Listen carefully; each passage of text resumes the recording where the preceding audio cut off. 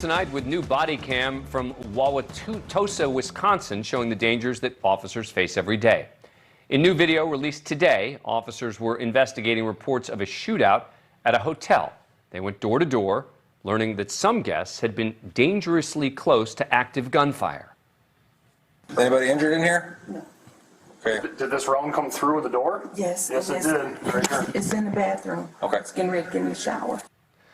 Officers made their way to room 221, where no one answered. Hotel staff said someone had blocked the door, so a master key would not work. 221 last chance. We're going to have to force entry. If you don't come to the door now.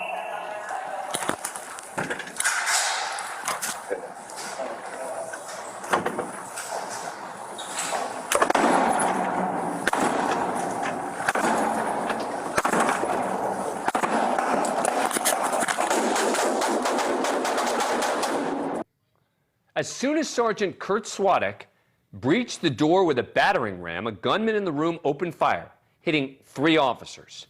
One body cam that fell off an officer's uniform shows police returning fire. The injured officers got out of harm's way as backup swarmed the room. The suspect, 33-year-old Kenneth Burney, surrendered 20 minutes after the shooting and was taken into custody. Although he gave up, Burney kept stonewalling officers.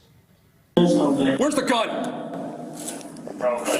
There's no gun. We didn't just start getting shot out of your room for no reason. Where's the gun? Police actually found 2 guns in the room. Burney's trial is set to begin on Monday. Now, police arrested 2 other suspects for the shooting that originally brought them to the hotel. But get this, they say Burney was not associated with that incident. Sergeant Swatek, who had the battering ram, was shot in his hand and neck. Another officer was shot in the foot. Officer Matthew Martell, whose body cam fell off, was shot in his thigh and knee and required surgery. All 3 officers back on duty. What a relief. Joining me again, Sean Sticks Larkin, retired Tulsa police lieutenant.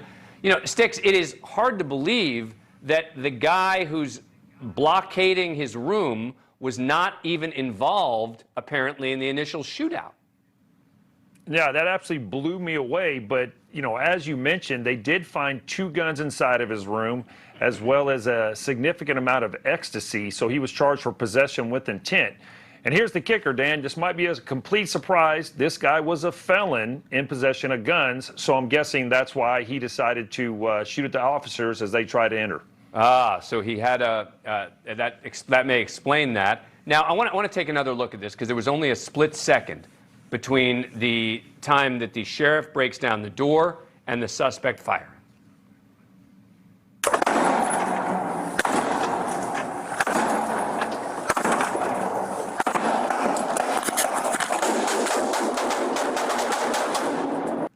I mean, this is incredibly lucky that these 3 officers are all okay and back on the job. Yeah, absolutely. I think this happened in November of last year. They're back to work now. And luck is a huge factor, as well as training.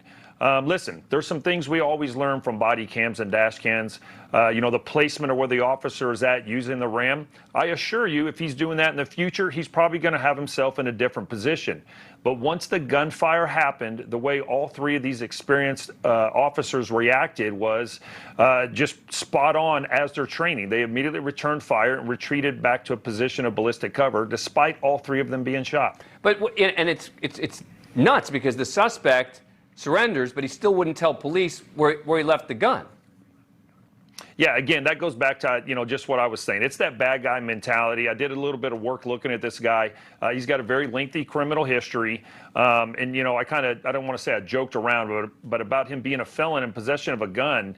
He was actually out on bond at this time for being a felon in possession of a gun. He had a trial coming up for his other gun charge in January, just 2 months after this incident. So it's another case of a guy who has a violent history, possessing guns when he shouldn't be, getting out on bond. And that is, or should, lead to another discussion more broadly about how and why that happened. It's something that's all too often, unfortunately. Yeah. Did you see the segment we just did with those 2 cops who saved the baby? I did. I love that, man. And Hey, listen, I've got myself one life-saving award. I actually did the Heimlich maneuver to a guy that was swallowing a bag of weed. So kudos to these guys out there saving a baby. You saved his life because he would have died from the weed, or he would have just had a very disoriented day?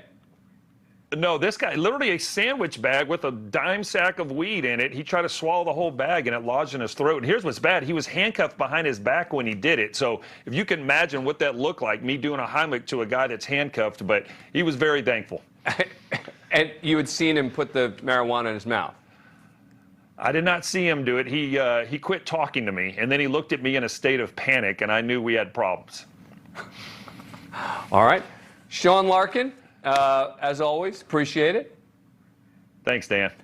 Before we go, thank you for watching. Click the red subscribe button below so you can get more of NewsNation's fact-driven, unbiased coverage.